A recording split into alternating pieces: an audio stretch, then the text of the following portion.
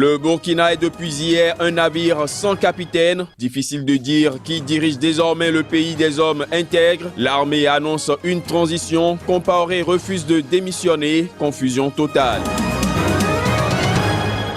Le secrétaire général des Nations Unies, Ban Ki-moon, appelle les donateurs de la Somalie à davantage d'efforts pour éviter une nouvelle famine à ce pays. C'était lors d'une récente visite à Mogadiscio. Et puis au Mozambique, c'est officiel, Felipe Nyusi a été élu président pour 5 ans avec 57% des voix, selon les résultats définitifs proclamés jeudi. Bonjour à tous et bienvenue dans cette édition sur Sika. Au lendemain d'une journée trouble faite de scènes de violence exceptionnelles, le Burkina Faso s'est réveillé dans la grande confusion ce matin. L'annonce de la dissolution du gouvernement et de l'Assemblée nationale, celle d'une transition, puis la déclaration du président Blaise Compaoré affirmant avoir compris le message du peuple mais ne pas être prêt à démissionner amène à se demander qui dirige au juste le pays. Avec une opposition décidée à tourner la page, le calme apparent retrouvé ce matin pourrait être de courte durée. Reportage.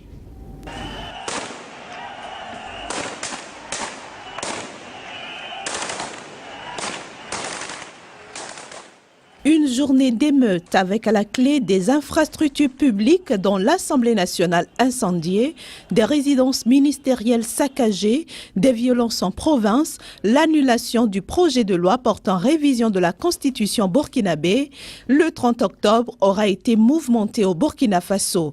Face au chaos, l'armée prend le devant des choses. L'Assemblée nationale est dissoute. Le gouvernement est dissous. Un organe transitoire sera mis en place en concertation avec toutes les forces vives de la nation en vue de préparer les conditions pour le retour à l'ordre constitutionnel normal dans un délai de 12 mois au plus tard. Un couvre-feu instauré sur l'ensemble du territoire national pour compter de ce jour de 19h à 6h afin de préserver la sécurité des personnes et des biens. Un couvre-feu que Blaise Compaoré annule quelques heures plus tard au cours d'une allocution télévisée. Sans évoquer une éventuelle démission, il se rend disponible pour ouvrir des pourparlers pour une période de transition à l'issue de laquelle il transmettra le pouvoir au président démocratiquement élu. En ce tournant décisif de la marche de notre pays, j'appelle toutes les parties à mettre en avant l'intérêt supérieur de la nation. J'appelle les forces de l'ordre et l'ensemble des manifestants au respect de l'intégrité physique de tous les citoyens, ainsi qu'au respect des biens publics et privés. En ce qui me concerne, je reste disponible à ouvrir avec vous des pourparlers pour une période de transition à l'issue de laquelle je transmettrai le pouvoir au président démocratiquement élu. En vue du rétablissement de ce dialogue, je décide ce qui suit. Le gouvernement est dissous. À compter de ce jour 30 octobre, je déclare annulé l'état de siège sur toute l'étendue du territoire national. Un message qui vient semer la confusion dans le pays. Du côté de l'opposition, on qualifie la prise de pouvoir par l'armée de coup d'État et on soutient que le départ du pouvoir du président Blaise Compaoré est un préalable non négociable. Les troubles de jeudi destinés à empêcher le vote du projet de loi portant révision de la constitution burkinabé ont fait une trentaine de morts et plus de 100 blessés selon les opposants. Le secrétaire général des Nations Unies, Ban Ki-moon, a effectué une tournée en Afrique. Il a rencontré le président kenyan Uhuru Kenyatta et le président de la Banque mondiale, Jim Yong Kim. Avant cette visite, Ban Ki-moon était à Mogadiscio où il a appelé les donateurs de la Somalie à davantage d'efforts pour éviter une nouvelle famine à ce pays, dévasté par 2 décennies de guerre civile et de sécheresse chronique. Les images.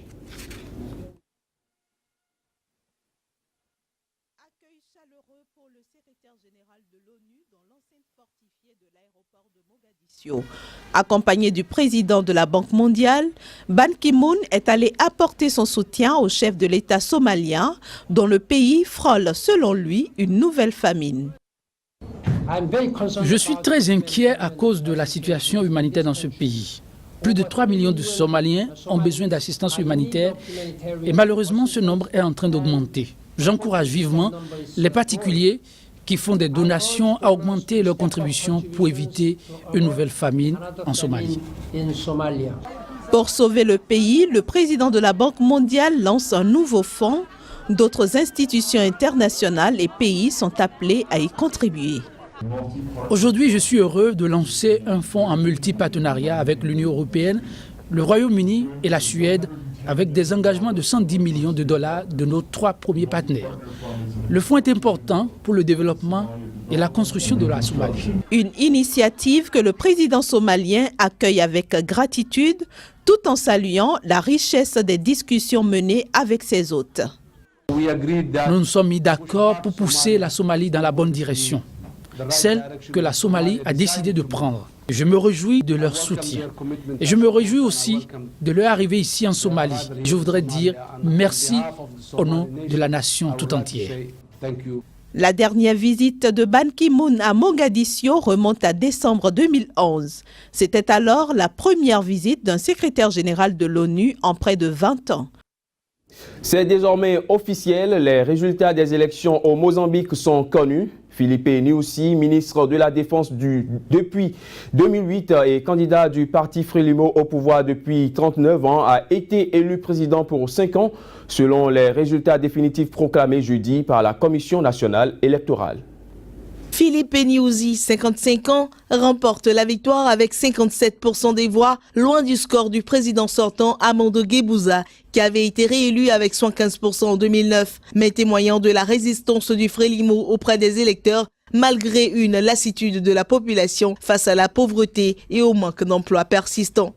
Il devance ainsi Afonso Dhlakama, le leader de la Renamo, qui a mené une campagne de dernière minute après 2 années de rébellion dans le maquis et qui a réussi à remonter son score à 37% contre 16% en 2009, assez pour négocier avec le gouvernement qui l'accuse de monopoliser le pouvoir et les richesses nationales. La Renamo aura 89 sièges au Parlement contre 144 pour le Frelimo qui conserve la majorité absolue selon les résultats des législatives tenues le même jour que la présidentielle le 15 octobre. Une défaite que les membres de la Renamo n'entendent pas de cette oreille. Les résultats sont frauduleux. La Renamo est la vraie gagnante des élections.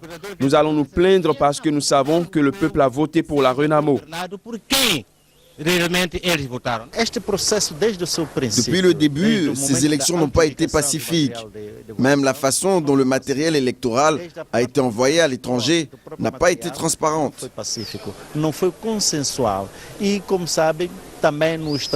Le troisième candidat à la présidentielle, Davies Simango, maire de la deuxième ville du pays, Beira, plafonne à 6%, mais double le nombre de ses députés à 17, la plupart étant dans la province de Sofala. En nombre d'élus envoyés au Parlement, le Frelimo et la Renamo sont au coude à coude dans plusieurs parties du pays, notamment les provinces de Siana, Zambezia, Sofala ou Maputo, la capitale. Les élections se sont déroulées dans le calme, à part quelques incidents, notamment à Nampula au nord, et quelques irrégularités lors du dépouillement constaté par les observateurs étrangers.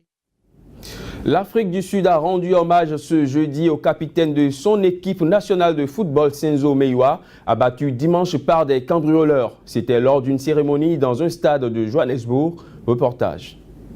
Des milliers de fans vêtus aux couleurs de l'équipe des Bafana Bafana ont acclamé la mémoire du gardien, alors âgé de 27 ans. Ça criait à tout rompre, Senzo Meyiwa, il n'y a personne comme toi. Ils ont oublié les rivalités de clubs, unis dans un bruyant hommage, chanté et dansé au son des vuvuzelas, dont la tradition sud-africaine. En quelques jours, le sport sud-africain s'est retrouvé endeuillé par la perte de 3 personnalités. Senzo Meyiwa, mais aussi l'ex-champion du monde du 800 mètres, Mouleni Mbulezi, tué vendredi dernier dans un accident de voiture, et la boxeuse Fendile Mwelez, morte après un combat qui l'a plongée dans le coma. Ils ont porté le drapeau de l'Afrique de l'Ouest où qu'ils allaient. C'est une très triste perte pour notre nation.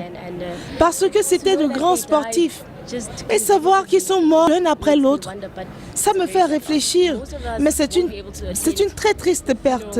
C'est le moins qu'on puisse faire. C'est le plus loin qu'on puisse aller pour dire au revoir.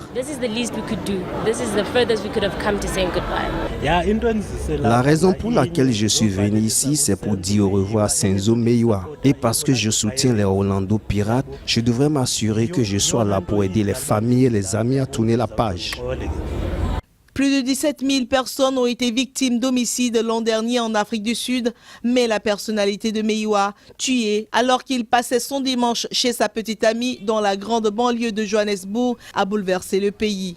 Ces agresseurs n'ont toujours pas été retrouvés malgré une forte récompense promise par la police. Senzo Meïwa, père de 3 enfants, 2 avec son épouse et un nourrisson avec sa petite amie, la chanteuse pop Kelly Khumalo, était le capitaine de l'équipe nationale et des Orlando Pirates, l'un des grands clubs de Soweto. La première fois que cette minette blanche est apparue au Japon, c'était en 1974. Le 1er novembre, Hello Kitty fête ses 40 ans et le modeste porte-monnaie qu'elle décorait est devenu un énorme coffre-fort ventru. Reportage. Sac à dos, vernis à ongles, pochette d'ordinateur sertie de pierres précieuses, lingots d'or hors de prix. En 40 ans d'existence, Hello Kitty a été déclinée en quelques 50 000 produits dans le monde entier. Elle est partout. Encore la semaine dernière, elle faisait son apparition à un festival de cinéma à Tokyo pour son rôle dans Casse-Noisette. C'est encore au Japon qu'elle compte ses plus grands fans. Quand Hello Kitty est arrivée sur le marché, ça a été sensationnel pour moi. À l'époque, j'adorais déjà les chats. Elle était si simple et en même temps tellement mignonne. C'était génial, il y en avait de toutes sortes. Enfant, j'avais du papier à lettres Hello Kitty. Et rien que ça me rendait tellement heureuse. Je me rappelle encore de ce sentiment de bonheur. Kitty est née dans les années 70 au Japon, 30 ans après la Seconde Guerre mondiale, alors que les petites filles japonaises comme Kazumi commençaient à avoir de l'argent de poche. Aujourd'hui, elle est devenue le symbole international de la culture japonaise du kawaii, ou mignon. Mais une récente révélation est venue bouleverser les croyances les plus profondes des fans.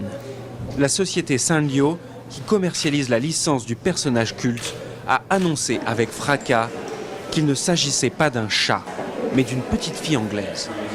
Les experts ont une explication.